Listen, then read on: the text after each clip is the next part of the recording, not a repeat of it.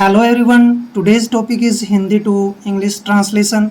आज हमारे पास काफ़ी सारे सेंटेंस है, जैसे क्या मैं तुम्हारी सहायता करूँगा। सेकंड है क्या तुम क्रिकेट खेलोगे। क्या वह यहाँ कभी आएगा। जिस सेंटेंस के अंत में गा गे गी आता है वो होता है हमारा फ्यूचर इंडेफिनेट टेंस, यानी कि future indefinite tense, future indefinite tense.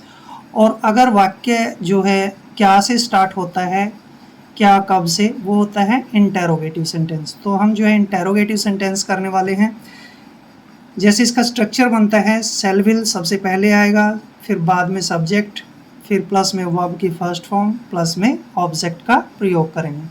तो यहाँ पर फर्स्ट सेंटेंस है क्या मैं तुम्हारी सहायता करूँगा। अब गा आया है तो फ्यूचर इंडेफिनेट टेंस है।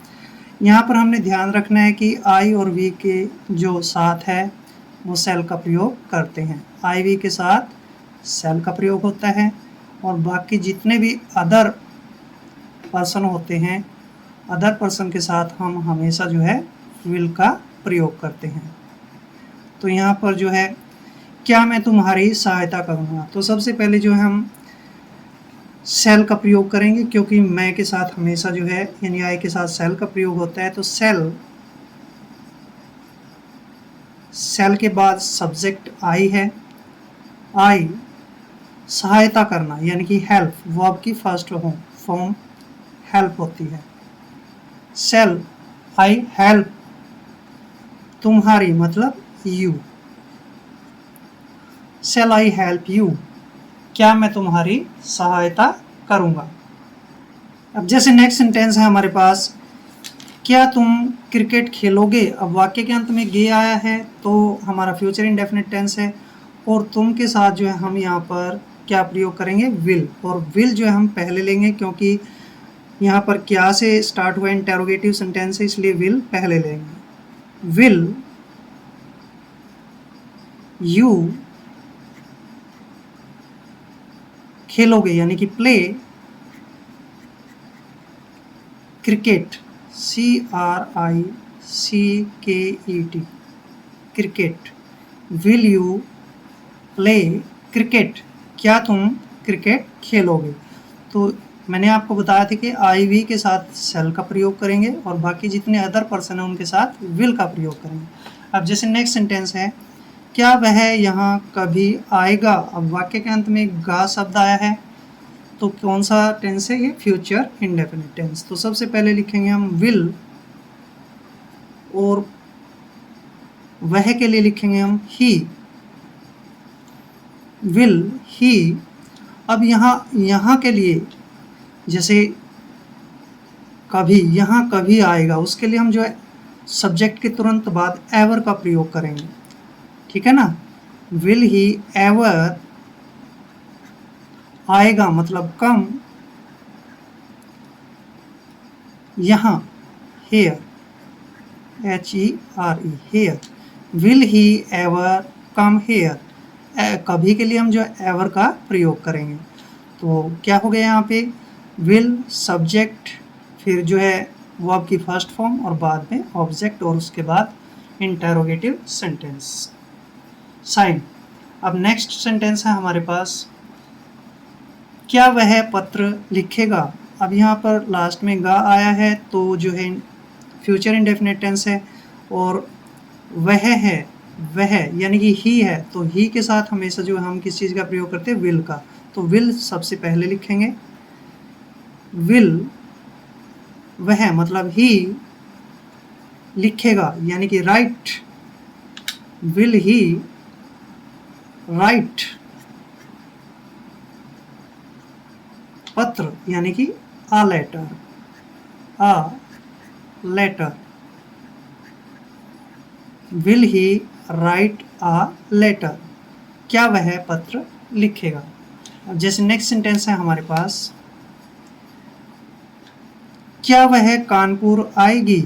अब यहाँ पर लड़की है, आएगी, और लास्ट में गी आया तो फ्यूचर इंडेफिनिट टेंस है। अब वह के लिए हम सी यूज़ करते हैं, लेकिन सी से पहले हम क्या प्रयोग करेंगे, विल, क्योंकि ही सी इट यानी कि अदर पर्सन के साथ विल का प्रयोग करना है।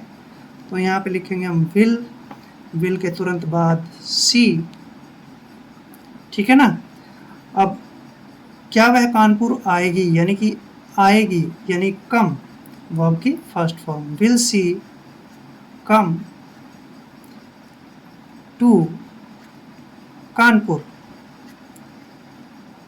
KANPUR, Kanpur. Will she come to Kanpur, क्या वह कानपुर आएगी। अब जैसे नेक्स्ट सेंटेंस है, क्या आज वर्षा नहीं होगी। अब लास्ट में क्या आया, गी आया, तो फ्यूचर इंडेफिनिट टेंस है। अब यहाँ पर कोई भी सब्जेक्ट है नहीं है तो उससे पहले जो है इट यूज करते हैं, और इट से पहले हम जो है विल का प्रयोग करेंगे, यानी कि विल। अब इंटेरोगेटिव के साथ साथ ही नेगेटिव भी है, तो सबसे पहले लिखेंगे विल इट और तुरंत बाद नॉट। विल इट नॉट, क्या, वर्षा। रेन, आज मतलब today. Will it not rain today, क्या आज वर्षा नहीं होगी। अब लास्ट, सेकंड लास्ट है हमारे पास, क्या मुकेश आज दिल्ली जाएगा। अब यहाँ पर मुकेश क्या है, ही है, और ही के साथ जो विल का प्रयोग होता है, तो विल हम सबसे पहले लेंगे ऐसे सेंटेंस में, क्योंकि इंटेरोगेटिव सेंटेंस है। विल मुकेश, विल मुकेश जाएगा, यानी कि गो टू, कहाँ जाएगा, दिल्ली। दिल्ली आज मतलब टुडे,